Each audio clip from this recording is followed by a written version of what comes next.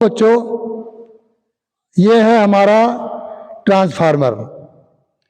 ये है 3 phase transformer, लेकिन यह ऑयल कूल्ड 3 फेज ट्रांसफार्मर। जो दूसरे होते हैं ट्रांसफार्मर, तो 2 तरह के होते हैं। एक तो ड्राई ट्रांसफार्मर, या बोलो उनको एयर कूल्ड ट्रांसफार्मर, एक ही बात है। ड्राई ट्रांसफार्मर या एयर कूल्ड ट्रांसफार्मर। ये हमारा क्या है, ऑयल कूल्ड है। हमें अब इसको हम पहचानेंगे कैसे, एयर कूल्ड है या ऑयल कूल्ड है। ये आप देख रहे हैं, ये जो पाइप लगी हुई है, ये हमारी कूलिंग पाइप है। ये दोनों तरफ लगी हुई हैं, इधर भी लगी हुई हैं। ये हमारी क्या है, कूलिंग पाइप है। जब हम इसमें ऑयल डालते हैं तो ऑयल गर्म होकर के वो क्या होता है, हल्का हो जाता है, या कहिए उसकी डेंसिटी कम हो जाती है। वो क्या है, ऊपर आ जाता है। ऊपर आकर के इन पाइपों में घुस कर के, और ये एयर से ये ठंडी होती रहती हैं।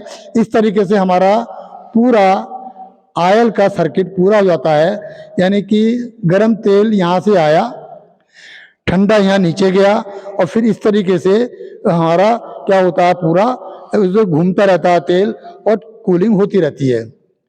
ये छोटा ट्रांसफार्मर है, एज ए मॉडल है। जैसे जैसे ट्रांसफार्मर बड़े होते जाते हैं, बड़े मतलब उनकी कैपेसिटी बढ़ जाती है।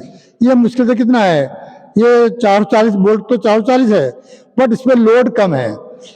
जब लोड बढ़ता है, कई कई हजार वोल्ट के जो ट्रांसफार्मर होते हैं, तो क्या होता है, वो ये जो हमारी कूलिंग पाइप लगी हुई हैं, ये भी परफेक्ट नहीं होती। ये और मॉडिफाई करके बनाई जाती हैं।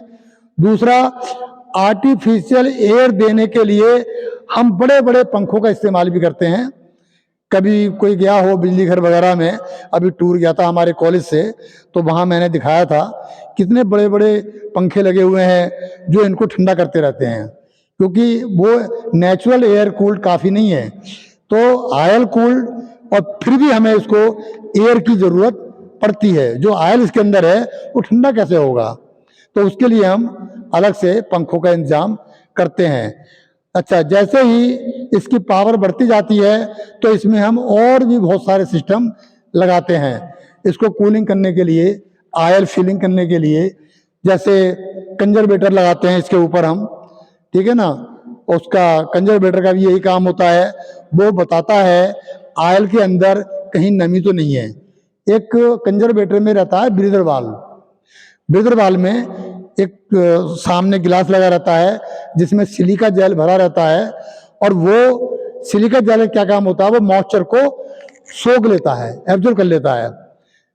क्योंकि इसके लिए पानी जाना भी बहुत ही खतरनाक है, इसीलिए हम कंजर्वेटर का यूज करते हैं।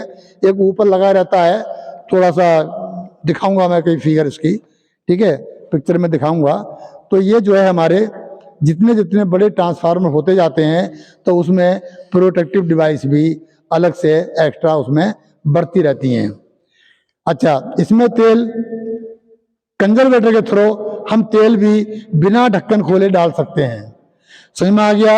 ये पूरा हमारा ट्रांसफार्मर है, इसके अंदर ट्रांसफार्मर रखा हुआ है, ट्रांसफार्मर की कोर, इसके अंदर ऑयल भरा रहता है, और ये जो है ऊपर हमारे, इन्हें कहते हैं हम टर्मिनल प्लेट। एक तरफ से हम इन करते हैं सप्लाई, और दूसरी तरफ हम आउटपुट लेते हैं। ये ट्रांसफार्मर 2 तरह के हो सकते हैं, step up transformer, step down transformer, ठीक है।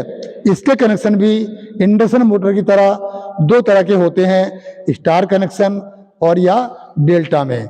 स्टार स्टार, डेल्टा डेल्टा, इसमें इस तरह कनेक्शन होते हैं, या delta delta, star star. Star connection की जरूरत हमें कब पड़ती है, जब हमें न्यूट्रल की रिक्वायरमेंट होती है, तो हम क्या करते हैं, एक डेल्टा में इनपुट और आउटपुट हमें स्टार में लेना पड़ता है, नहीं तो हमें न्यूट्रल नहीं मिलेगा। ओके, मेरे ख्याल से इतनी जानकारी काफ़ी है। हम जानकारी कितनी भी दे दें, लेकिन मैं थोड़ा सा और बता दूं, इनका मेंटेनेंस बहुत कम होता है, ना के बराबर। ऑयल वालों का मेंटेनेंस ज़्यादा होता है, ठीक है। इसकी इफिशिएंसी ऑयल ट्रांसफार्मर के मुकाबले कम होती है, उसकी इफिशियंसी ज़्यादा होती है। ये जो ट्रांसफार्मर हैं, जो हमारे एयर कूल्ड ट्रांसफार्मर हैं, ये साउंड ज़्यादा करते हैं। ऑयल कूल्ड ट्रांसफार्मर में साउंड नहीं होती, मतलब नॉइज नहीं पैदा होती है।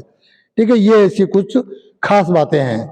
ओके, एयर कूल्ड इंस्टॉल करना आसान है, यूज करना आसान है, और उस पर खर्चा भी कम आता है। ओके, ठीक है बच्चों, अब नेक्स्ट बार मिलते हैं हम आपको नेक्स्ट वीडियो में, और कोई एक अच्छा सा टॉपिक लेकर के। Okay, thank you, bye bye.